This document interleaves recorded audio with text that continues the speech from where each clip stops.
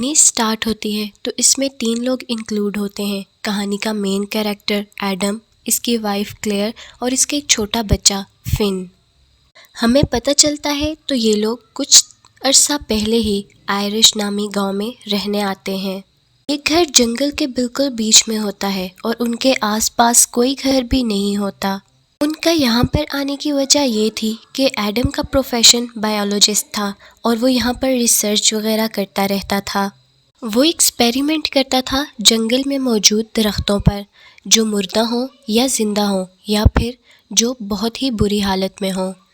وہ کنفرم کرتا تھا کہ یہ ٹری بیمار ہے یا ڈیڈ ہے تو وہ اسے کٹ کروا دیتا تھا۔ جو گھر ان کو دیا گیا تھا وہ جنگل کے بالکل بیچ میں تھا، جو بہت بڑا اور خوفناک تھا۔ اس گھر کے آس پاس کوئی مین سڑک بھی نہیں تھی، لیکن ایڈم کو یہاں آنا تھا کیونکہ اس کا یہ پروفیشن تھا۔ جو گھر ان کو دیا گیا تھا وہ مکمل طور پر لکڑی سے بنا تھا اور بہت ہی پرانا تھا، اور وہ جنگل بھی بہت پرانا تھا۔ ان کو وہاں پر رہتے ہوئے کچھ دن ہی ہوتے ہیں کہ ایڈم کو پتہ چلتا ہے کہ وہاں پر رہنے والے رہائشی اس سے خوش نہیں ہیں، خاص طور پر اس کے پروفیشن کو۔ جب بھی ایڈم گاؤں میں ٹریز کو اسٹڈی کرنے کے لیے جاتا تو اس طرح کرتے کرتے آہستہ وہ لوگ اس سے نفرت کرنا شروع ہو گئے۔ گاؤں میں ہی رہنے والا ایک آدمی کولم ہمیشہ ایڈم کی وائف کے پاس آتا ہے اور اسے سمجھاتا ہے کہ اپنے ہسبینڈ کو بولو جو یہ وہ کر رہا ہے یہ بالکل غلط ہے، اسے نہیں پتہ کہ جو کچھ یہ سب وہ کر رہا ہے اس کے پیچھے کتنا بڑا خطرہ ہے۔ ایڈم کی وائف اس کی بات سن لیتی ہے اور پھر وہ ایڈم کو بھی سمجھاتی ہے کہ آپ ایک بار اس شخص کی بات سن لیں کہ وہ آپ کو کیا بتانا چاہ رہا ہے، لیکن ایڈم اگنور کر دیتا ہے۔ وہ اپنی وائف کو کہتا ہے کہ یہ صرف مجھے یہاں سے نکالنے کی سازش ہے، اور ایڈم یہاں پہ آنے سے پہلے ارادہ کر کے آیا تھا کہ وہ اپنا کام پورا کر کے ہی جائے گا۔ پھر ہمیں دکھایا جاتا ہے کہ کولم ایڈم کی وائف کو بار بار سمجھانے کی کوشش کر رہا ہوتا ہے، اور یہ وہ اس لیے کرتا ہے کیونکہ کچھ سال پہلے ہی اس کی اپنی بیٹی بھی اسی جنگل میں گم ہو جاتی ہے۔ اس کے بعد نہ کبھی اس کی بیٹی کی ڈیڈ باڈی ملی اور نہ ہی کوئی نشانات، کیونکہ گاؤں والے مکمل طور پر جانتے تھے کہ اس کی بیٹی کے ساتھ کیا ہوا ہے، کیونکہ وہاں پر مختلف کہانیاں ملتی ہیں اور وہ لوگ ان باتوں پر پورا یقین بھی کرتے ہیں، کیونکہ ان گاؤں والوں کا ماننا ہے کہ یہاں پر ایک اور مخلوق بھی رہتی ہے جو کہ مانسٹرز ہیں، اور وہ بہت خوفناک ہیں۔ وہ مانسٹرز کسی نے بھی دیکھے ہوئے نہیں ہوتے، بس انہیں محسوس کیا ہوا ہوتا ہے، اور وہ مانسٹرز اس وقت تک کسی انسان کو کوئی نقصان نہیں پہنچاتے جب تک انہیں کوئی نقصان نہ پہنچایا جائے۔ اسی لیے مسٹر کولن بھی بار بار ایڈم کی وائف کو سمجھا رہے تھے، کیونکہ وہ اس گاؤں کو بالکل بھی سیف نہیں مانتے تھے اور اپنی بیٹی کے لیے بھی بہت اداس تھے، جس کا آج تک کوئی بھی پتہ نہیں چل سکا۔ سٹارٹ میں جب کولن بھی اس گاؤں میں آیا تھا تو اسے ان کہانیوں پر یقین نہیں تھا، لیکن جب سے اس کی بیٹی گم ہوئی تب سے وہ بھی ان باتوں پر یقین کرنے لگا ہے۔ لیکن یہ انسان کی فطرت ہوتی ہے، جب تک وہ سچویشن اس کے ساتھ نہ ہوئی ہو وہ اس بات کو ریئل نہیں سمجھتا۔ یہی سب ایڈم کے ساتھ بھی ہوا تھا، وہ اس سب کو ریالٹی نہیں مانتا تھا۔ ایڈم نے بھی اپنی ریسرچ کے دوران بہت کچھ عجیب دیکھا۔ وہ جب ٹریز پر ایکسپیریمنٹ کرنے جاتا ہے تو وہاں پر ایک بلیک کلر کا لیکوڈ دیکھتا ہے، تو وہ اس لیکوڈ کو گھر لاتا ہے۔ جب اس پر ریسرچ کرتا ہے تو پھر بھی وہ مانسٹرز سے کمپیئر نہیں کرتا، بلکہ لگتا ہے کہ یہ کوئی نئی طرح کا درخت ہوگا۔ پھر اسی رات سے ہی ان کے ساتھ بہت عجیب ہونا شروع ہو جاتا ہے۔ جو پہلا انسیڈنٹ ان کے ساتھ ہوتا ہے تو وہ یہ ہوتا ہے کہ ان کے بیبی کے روم میں سے رونے کی آوازیں آتی ہیں۔ جب دونوں ہسبینڈ وائف جا کر دیکھتے ہیں تو ان کے بیبی کے روم میں لیمپ گرا ہوا ہوتا ہے اور کھڑکی کے شیشے ٹوٹے ہوئے ہوتے ہیں۔ اس کے بعد ایڈم فوراً پولیس کو کال کرتا ہے اور اسے یہ لگتا ہے کہ یہ یہاں پر رہنے والوں میں سے کسی کی شرارت ہے، کیونکہ وہ اسے ریسرچ پوری نہیں کرنے دے رہے اور اسے بار بار ڈرا رہے ہیں۔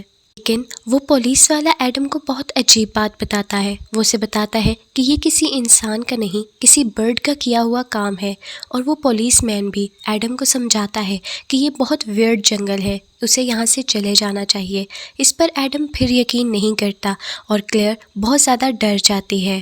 جب پولیس مین ان سے باتیں کر رہا ہوتا ہے اتنے میں ایڈم کی وائف کو ایک بات یاد آتی ہے. وہ بتاتی ہے کہ جب ہم لوگ یہاں پر شفٹ ہوئے تو یہاں کی ونڈوز پر لوہے کے راڈ لگے ہوئے تھے، تو اسے یہ بہت عجیب لگے، اس لیے اس نے وہ سارے راڈز ہٹا دیے تھے.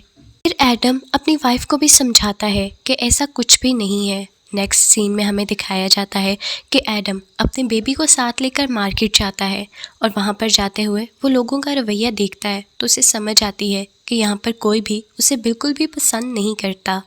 پھر ہمیں دکھایا جاتا ہے کہ ایڈم مارکیٹ سے گھر واپس جا رہا ہوتا ہے، کیونکہ ان کا گھر جنگل کے بیچ میں ہوتا ہے تو انہیں بہت زیادہ دور بھی پڑتا ہے. راستے میں ایڈم کی گاڑی خراب ہو جاتی ہے، لیکن وہ کچھ بھی کر نہیں پا رہا ہوتا. اس ٹائم پر اسے سب سے زیادہ اپنے بیٹے کی فکر ہوتی ہے جو وہاں پر رو رہا ہوتا ہے، اور ان کی گاڑی ٹھیک نہیں ہو رہی ہوتی اور وہیں پر انہیں شام ہو جاتی ہے. پھر وہ اپنی پروٹیکشن کے لیے ڈگی میں سے کچھ چیزیں نکال رہا ہوتا ہے. جب وہ ڈگی میں سے چیزیں نکال رہا ہوتا ہے تبھی اس پر کوئی چیز حملہ کرتی ہے اور وہ ڈگی میں ہی گر جاتا ہے اور بے ہوش ہو جاتا ہے. جب ایڈم کو ہوش آتا ہے تو اسے سمجھ آتا ہے کہ وہ کافی دیر سے ایک ڈگی میں بے ہوش ہے اور اس کا بیبی بالکل اکیلا ہے. وہ اپنے بیبی کے لیے باہر جانے کی کوشش کرتا ہے تو اسے ایک آہٹ سی محسوس ہوتی ہے کہ جیسے گاڑی پر کوئی چیز چڑھ رہی ہو اور دروازہ کھولنے کی کوشش کر رہی ہو. ایڈم کا بیبی بھی رو رہا ہوتا ہے.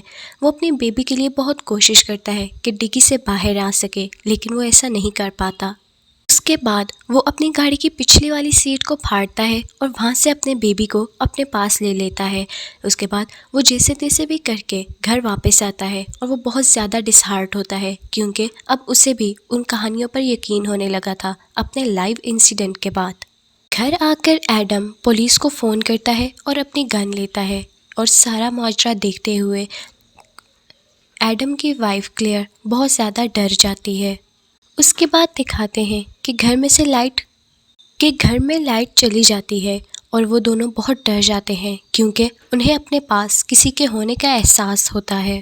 ایڈم کو لگتا ہے کہ ان کی ہیلپ کرنے کے لیے کوئی بھی یہاں پہ نہیں آئے گا، اس لیے وہ اپنی وائف کو کہتا ہے کہ کچھ ضروری سامان رکھو، ہم ابھی ہی یہاں سے چلے جائیں گے، کیونکہ ایڈم نے یہ ڈیسائیڈ کر لیا ہوتا ہے کہ اب ہم یہاں پر نہیں رہیں گے.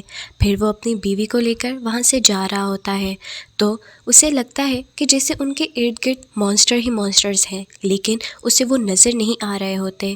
اتنے میں ان کا ایک ڈاگ بھی غائب ہو جاتا ہے جس سے انہیں زیادہ ڈر لگنے پڑ جاتا ہے. کسی بھی طرح وہ اپنی گاڑی کے پاس جاتے ہیں اور گاڑی کو سٹارٹ کرنے کی کوشش کرتے ہیں. اب ان کے پاس بہت سارے مانسٹرز تھے اور جو انہیں نظر بھی آ رہے تھے، جس کی وجہ سے کلیئر بہت زیادہ ڈر جاتی ہے اور گاڑی بالکل بے قابو ہو کے گر جاتی ہے ایک کھڈے میں. اب ان کے پاس کوئی بھی راستہ نہیں ہوتا. وہ بہت مشکل سے اپنے گھر واپس آتے ہیں اور ایک روم میں چھپ جاتے ہیں تاکہ وہ سیف رہ سکیں. وہ دونوں ان مانسٹرز کے بارے میں بات کر رہے ہوتے ہیں اور کافی حد تک وہ ان کے بارے میں جان بھی چکے ہوتے ہیں. ایڈم کی وائف اسے بتاتی ہے کہ یہ مانسٹرز روشنی سے اور زیادہ اندھیرے سے بھی ڈرتے ہیں، اور جب وہ یہاں پر شفٹ ہوئے تھے تو ان لوہے کے راڈز کی بھی یہی وجہ تھی، کیونکہ جو پہلے یہاں پر رہ چکا تھا شاید اسے پتہ تھا کہ مانسٹرز سے اسی طرح ہی بچا جا سکتا ہے. جب وہ دونوں یہ باتیں کر رہے ہوتے ہیں اپنے ارد گرد بہت زیادہ آوازیں محسوس ہوتی ہیں. جب ایڈم دروازے کی طرف جاتا ہے اور ایک چھوٹے سے سوراخ سے باہر دیکھنے کی کوشش کر رہا ہوتا ہے تبھی ایک پتلی سی سوئی اس کی آنکھ میں لگتی ہے اور وہ بری طرح تڑپتا ہے کیونکہ اس کی آنکھ زخمی ہو جاتی ہے. پھر وہ کہتے ہیں کہ ہمیں صبح تک زندہ رہنا ہے کیونکہ صبح کی روشنی میں وہ مانسٹرز ان پر حملہ نہیں کر سکتے. وہاں پر لائٹ نہیں ہوتی تو ایڈم بیسمنٹ میں جاتا ہے جنریٹر آن کرنے کے لیے. جب وہ جنریٹر آن کر رہا ہوتا ہے تو اسے فیل ہوتا ہے کہ جیسے اس کی باڈی میں چینجنگ آ رہی ہے، اور اس سب کی وجہ یہ تھی کہ ان مانسٹرز نے اس سوئی کے ذریعے اس کی باڈی میں کچھ ڈال دیا تھا. پھر جب وہ مرر دیکھتا ہے تو اسے سمجھ آتا ہے کہ وہ بالکل ان مانسٹرز کی طرح ہوتا جا رہا ہے، اور اس کی وجہ یہ تھی کہ ان مانسٹرز نے اپنا کچھ پارٹ اس سوئی کے ذریعے اس کی آنکھ میں ڈال دیا تھا جو کہ پوری باڈی میں پھیل چکا تھا. وہ مانسٹرز بہت پرانے تھے اس لیے وہ بہت زیادہ خطرناک بھی تھے. ایڈم کو اس بات کا دکھ تھا کہ اگر وہ بھی مانسٹر بن گیا تو وہ اپنی وائف اور بیٹے کا بھی دشمن ہو جائے گا. جب ایڈم بیسمنٹ میں جنریٹر سٹارٹ کرنے کی کوشش کر رہا ہوتا ہے تو وہاں پر مانسٹرز اس کی وائف پر بھی اسی طرح حملہ کرنے کی کوشش کرتے ہیں جیسے انہوں نے ایڈم پر کیا تھا، لیکن وہ ایسا نہیں کر پاتے کیونکہ اتنے میں ایڈم جنریٹر سٹارٹ کر دیتا ہے اور وہ لوگ روشنی کے آتے ہی وہاں سے چلے جاتے ہیں۔ اس کے بعد ایڈم اوپر آتا ہے، وہ بالکل بدل رہا تھا، اس کی آنکھ اور اس کا باڈی کلر بھی۔ پھر وہ اپنی بیوی سے کہتا ہے کہ یہ مانسٹرز ہمیں ہمارے بچے کی وجہ سے تنگ کر رہے ہیں کیونکہ وہ فن کو یہاں سے لے جانا چاہتے ہیں۔ ایڈم اپنی وائف کو کہتا ہے کہ ہم اپنے بچے کو پروٹیکٹ کرنے کے لیے اسے کبرڈ میں بند کر دیتے ہیں۔ جب وہ اپنے بچے کو کبرڈ میں بند کرتے ہیں تو تھوڑی دیر کے لیے بالکل سکون ہو جاتا ہے، لیکن اس کے تھوڑے ہی دیر بعد الماری میں سے عجیب سی آوازیں آنے لگتی ہیں۔ ایڈم کے منع کرنے کے باوجود جب اس کی وائف الماری یعنی کبرڈ کا دروازہ کھولتی ہے تو وہاں پر وہ ایک بلیک مانسٹر کو دیکھتی ہے جو ان کا بچہ لے جاتا ہے۔ وہ اپنے بچے کو بچانے کی بہت کوشش کرتے ہیں لیکن وہ مانسٹر اس بچے کو وہاں سے لے جاتا ہے۔ ایڈم کی حالت بالکل بھی ٹھیک نہیں ہوتی تو اس کی وائف اکیلے ہی اپنے بچے کو بچانے کے لیے جاتی ہے۔ وہ مانسٹر کا پیچھا کرتی ہے تو آگے جاتے ہوئے وہ مانسٹر اس کے بچے کو ایک تالاب میں پھینک دیتا ہے۔ وہ اپنے بچے کے لیے تالاب میں چھلانگ لگاتی ہے اور اپنے بچے کو لے کر باہر آتی ہے، پھر اس کے بعد وہ سیدھا گھر آ جاتی ہے۔ ایڈم کی وائف گھر آ کر اپنے بچے کو ایڈم کو دیتی ہے، لیکن ایڈم جب بچے کی طرف دیکھتا ہے تو اپنی وائف کو کہتا ہے کہ یہ ہمارا بچہ نہیں ہے، جبکہ وہ بالکل انہی کے بچے کی طرح ہوتا ہے۔ ایڈم کے ساتھ یہ سب کچھ شاید اس لیے ہوتا ہے کیونکہ اب وہ بھی مانسٹر بن رہا ہوتا ہے۔ ایڈم اپنے ہی بچے کو مارنے والا ہوتا ہے کہ اتنے میں اس کی بیوی ایڈم پر حملہ کرتی ہے اور اپنے بچے کو اس سے چھین کر وہاں سے بھاگتی ہے۔ اب ایڈم کی وائف کو بھی یہی لگ رہا ہوتا ہے کہ ایڈم بھی شیطان بن گیا ہے اور وہ اپنے ہی بچے کو مار دے گا، اور ساتھ ہی ایڈم اپنی بیوی اور بچے کی تلاش میں نکل جاتا ہے۔ پھر ہمیں دکھایا جاتا ہے اس بچے کو جو کہ کالم کی بیٹی تھی، اس کے پاس ایڈم کا بچہ ہوتا ہے۔ وہ ایڈم کو اس کا بچہ دکھاتی ہے تو ایڈم اپنا بچہ لینے کی کوشش کرتا ہے، لیکن اس کے پاس بہت سارے مانسٹرز ہوتے ہیں جو کہ اسے بہت تنگ کر رہے ہوتے ہیں۔ پھر اتنے میں دکھاتے ہیں کہ ایڈم کو اس کی بیوی اور بچہ مل جاتے ہیں۔ ایڈم انہیں یقین دلانے کی کوشش کرتا ہے، ایک بار مجھ پر بھروسہ کرو اور دیکھو یہ بچہ ہمارا نہیں ہے۔ ایڈم کی بیوی کے لیے بھروسہ کرنا مشکل تھا کیونکہ وہ بچہ بالکل انہی کے بچوں کی طرح تھا، وہی چہرہ اور وہی کپڑے۔ وہ ایڈم پر بھروسہ کرتی ہے اور اس کے سامنے آتی ہے اور جو بچہ ایڈم کے پاس ہوتا ہے اسے لیتی ہے اور فوراً وہاں سے بھاگ جاتی ہے۔ ایڈم وہاں پر کھڑا رہتا ہے اور فوراً وہاں پر سارے مانسٹرز آ جاتے ہیں اور اس پر حملہ کر دیتے ہیں۔ کے بعد صبح ہو جاتی ہے اور جو مانسٹرز ہوتے ہیں وہ دھوپ میں گل جاتے ہیں۔ ایڈم کا اندازہ بالکل ٹھیک تھا، وہ بچہ ان کا نہیں تھا اور کلف جو اپنے ساتھ لی جاتی ہے وہی ان کا بچہ تھا۔ ایسا انہوں نے اس لیے کیا تھا کیونکہ مانسٹرز کا یہ ٹارگٹ ہوتا ہے کہ وہ بچے کو اٹھا کر اپنی ہی دنیا میں لے جاتے ہیں۔ تو یہاں پر مووی اینڈ ہوتی ہے۔ Thank you for watching.